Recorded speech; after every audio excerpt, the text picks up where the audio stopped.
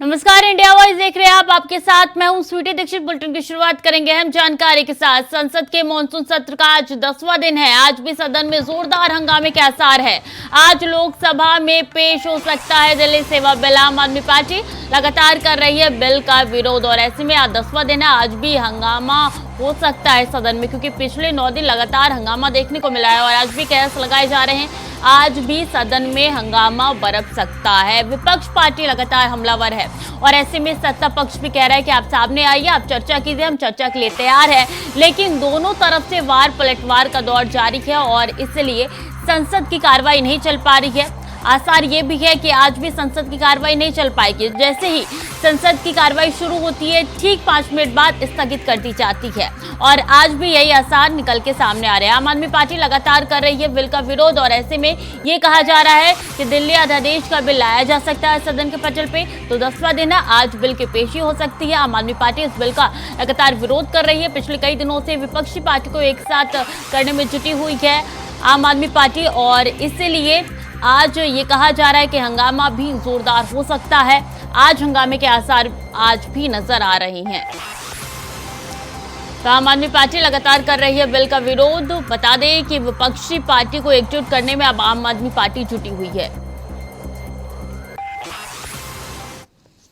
वहीं आज इंडिया गठबंधन के नेताओं की बैठक होनी है। सुबह 10 बजे होगी विपक्षी नेताओं की बैठक। संसद में आगे की रणनीति को लेकर इस बैठक में चर्चा होगी। तो आज विपक्षी नेताओं की बैठक होनी है। 10 बजे का वक्त बताया जा रहा है जब विपक्षी की बैठक होनी है और बता दें कि इसमें आगे की कार्रवाई को लेकर, रणनीति को लेकर चर्चा होगी। तो सदन में जो हंगामा हो रहा है उसको लेकर इसमें चर्चा होगी। इस बैठक में 10 बजे का वक्त है जब विपक्षी नेताओं की बैठक होनी है। तो सुबह 10 बजे विपक्षी नेताओं की बैठक होनी है।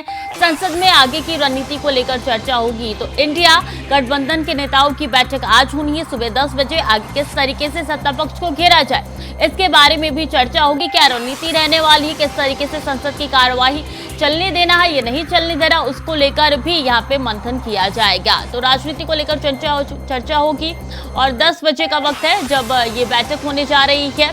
विपक्षी गठबंधन की बैठक होने जा रही है सुबह 10 बजे। आगे की रणनीति को लेकर इसमें चर्चा होगी और इंडिया की बैठक होने जा रही है। विपक्षी गठबंधन यानी कि इंडिया की बैठक होने जा रही है सुबह 10 बजे। तमाम बड़े नेता इसमें मौजूद रहेंगे। संसद की कार्यवाही को लेकर इसमें चर्चा हो सकती है। आगे की रणनीति को लेकर इसमें मंथन हो सकता है।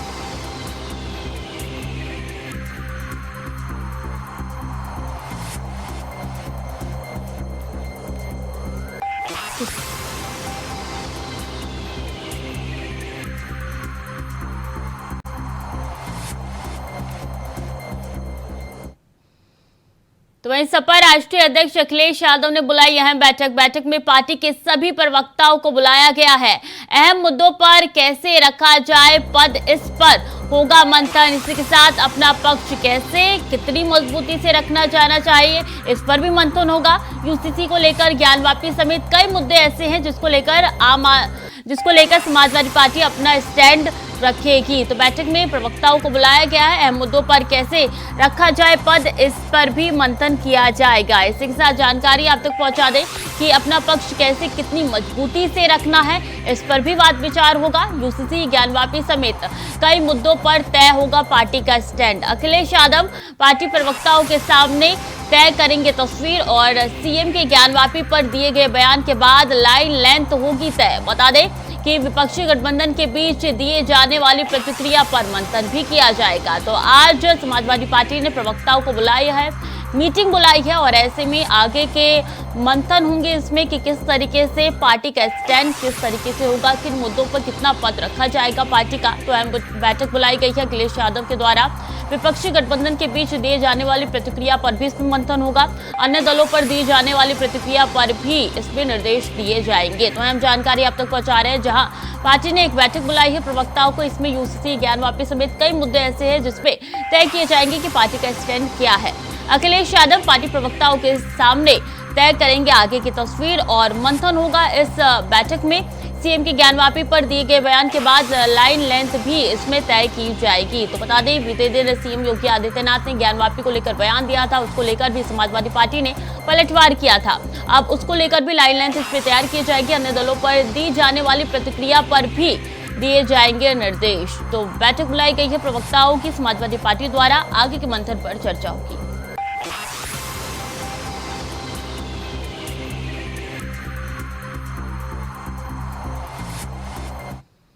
और यूपी में आज होगी झमाझम बारिश, मौसम विभाग ने जारी किया है अलर्ट। आज कई जिलों में हो सकती है मूसलाधार बारिश। ज्यादातर हिस्सों में सामान्य से अधिक बारिश होने के आसार है और ऐसे में बता दें कि यूपी में आज झमाझम बारिश होगी। ज्यादातर हिस्सों में सामान्य से ज्यादा बारिश होने के आसार है। मौसम विभाग द्वारा यह अलर्ट जारी कर दिया गया है और ऐसे में कई दिनों से अलर्ट जारी किया जा रहा था। आज एक बार फिर से बारिश हो सकती है, ये संभावना निकल के सामने आ रही है। आईएमडी ने साफ तौर पे अलर्ट जारी कर दिया है, मौसम विभाग ने अलर्ट जारी कर दिया है और कई हिस्से ऐसे हैं जिसमें बारिश हो सकती है। तो यूपी के कई जिलों में बारिश हो सकती है, झमाझम बारिश हो सकती है और ऐसे में मूसलाधार बारिश भी कई ऐसे जिले हैं जहां पे आज हो सकती है। सामान्य से अधिक बारिश होने के आसार है। ज्यादातर हिस्सों में सामान्य से अधिक बारिश होगी, ये कयास लगातार लगाए जा रहे हैं। आईएमडी ने भी अलर्ट जारी कर दिया है। कुछ जिलों में बारिश के साथ बिजली गिरने की भी संभावनाएं जताई गई है। तो बारिश होगी, झमाझम कई जगह बारिश होगी और इसी के साथ बता दें कि यूपी के कई ऐसे जिले हैं जहां पे सामान्य से अधिक बारिश हो सकती है। इसी के साथ बिजली गिरने के भी आसार जताए गए हैं आईएमडी द्वारा। तो मौसम विभाग ने अलर्ट कर दिया है कि यूपी के कई ऐसे जिले हैं जहां पे झमाझम बारिश होगी। कुछ जिले ऐसे हैं जहां पे सामान्य से अधिक बारिश होगी और ऐसे में बिजली गिरने की भी संभावनाएं जताई गई है।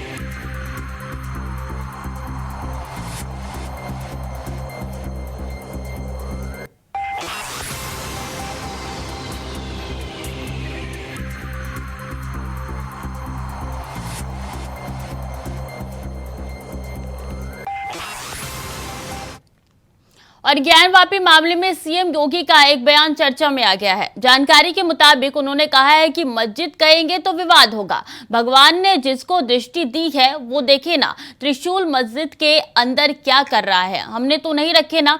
ज्योतिर्लिंग है, देव प्रतिमाएं हैं, पूरी दीवारें चिल्ला चिल्ला कर क्या कह रही है। और मुझे लगता है कि ये प्रस्ताव मुस्लिम समाज की तरफ से आना चाहिए कि साहब ऐतिहासिक गलती हुई है, उस गलती के लिए हम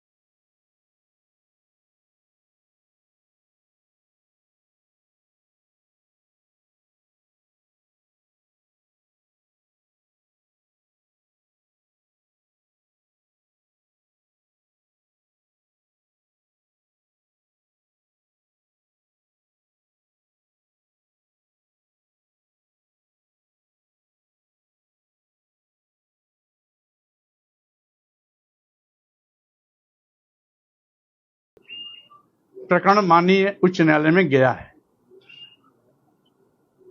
अगर ज्ञानवापी मंदिर होता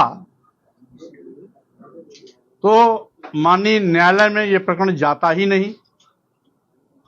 विवाद की शुरुआत ही यहीं से हुई है कि वो ज्ञानवापी मस्जिद है,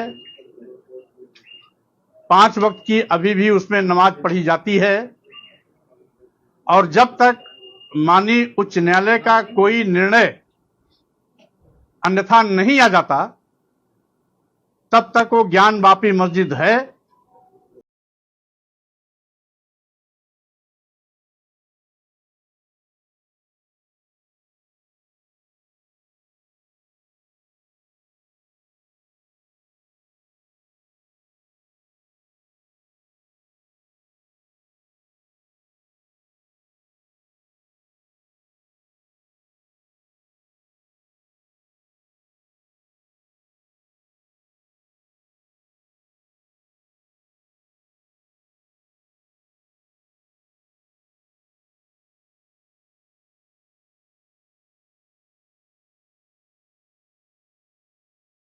गरमाई है। उत्तर प्रदेश के यशस्वी मुख्यमंत्री श्री योगी आदित्यनाथ जी का बयान बहुत ही सराहनीय है, जिसमें उन्होंने कहा है कि ज्ञानवापी मामले में मुस्लिम पक्षकारों को हिंदुओं को मंदिर सौंप देना चाहिए। ये बिल्कुल सत्य है। इससे अच्छा मौका नहीं होगा भाईचारा साबित करने के लिए, क्योंकि अनेक साक्ष्य और प्रमाण है हिंदुओं के पक्ष में कि वह दीवारें वहां चीख चीख के चिल्ला रही है कि हिंदू मंदिर था। इसलिए यह उत्तर प्रदेश के मुख्यमंत्री जी द्वारा एक भाईचारे का जो मुस्लिम पक्षकारों की तरफ एक साबित करने का संदेश दिया है। अब मुस्लिम पक्षकारों को निश्चित रूप से आगे बढ़ के हिंदुओं को ज्ञानवापी और मथुरा की जो कृष्ण जन्मभूमि है सौंप देना चाहिए। लेकिन समस्या ये है कि राम मंदिर में चूंकि हम मुख्य पक्षकार थे, उसमें भी काफी प्रयास किया गया, लेकिन जब तक मुस्लिम पक्षकार असुद्दीन ओवैसी जैसे लोगों को सलाहकार बना के रखेगी, तब तक हमें लगता है भाईचारा नहीं स्थापित करने में कठिनाई आएगी। इसलिए मेरा मानना है कि असुद्दीन ओवैसी चाहे ऐसे नफरती नेताओं को दूर रख करके माननीय योगी आदित्यनाथ जी के जो सलाह है उसको माने और देश और प्रदेश में भाईचारा स्थापित हो। इसके लिए जरूरी है कि जो ज्ञानवापी मामला है या कृष्ण जन्मभूमि है उसको हिंदुओं को सौंप दिया जाए। हिंदू पक्ष की दलील है कि ज्ञानव्यापी की दीवारें चीख चीख कर खुद की गवाही दे रही हैं। दावा ये तक है कि मस्जिद के भीतर ज्योतिर्लिंग है, देव प्रतिमाएं हैं। खैर सच क्या है ये तो 3 अगस्त को ज्ञानव्यापी के एएसआई सर्वे केस में इलाहाबाद हाईकोर्ट के फैसले के बाद ही पता चलेगा। मगर इतना जरूर है कि सीएम योगी के बयान के बाद अब इस पर सियासत जोरदार होगी। Bureau report, India voice. और वक्त हो चला है छोटे से ब्रेक का, जल्द लौट रहे हैं। ब्रेक के बाद एक बार फिर से स्वागत है आपका। खबरों में आगे बढ़ेंगे। मॉनसून सत्र में सत्ता पक्ष और विपक्ष आमने सामने दिख रहे हैं। झारखंड विधानसभा में मॉनसून सत्र का दूसरा दिन भी हंगामों से भरा रहा, जहां एक और सत्ता पक्ष के विधायक मणिपुर में हो रही हिंसा पर विरोध जताए, वहीं बीजेपी ने दूसरी तरफ राज्य में नियोजन नीति लागू करने और राज्य में बढ़ते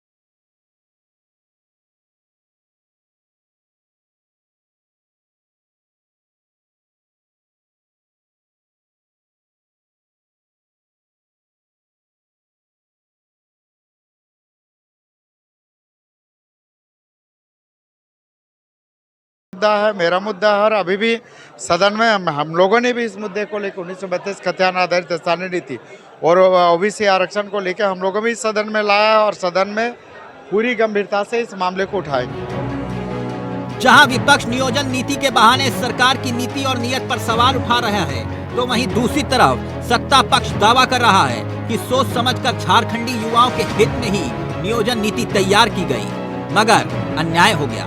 बीजेपी राजनीति कर रही है, युवाओं को बरगलाने का काम कर रही है और इस मुद्दे पर सरकार के विधायक भी सफाई दे रहे हैं। उन्हें राजभवन भी घेरना चाहिए था जिस दिन 1932 वापस किया गया था। तमाम चीज़ों पे इन्हीं का हाथ है वापस चीज़ों को कराने के लिए। आज अगर राज्य का नियोजन नीति नहीं है, स्थानीय नीति नहीं है, तो इन्हीं का देन है ये राज्य को। और इस तरह से ये राजनीति करते हैं इन तमाम चीज़ों में, तो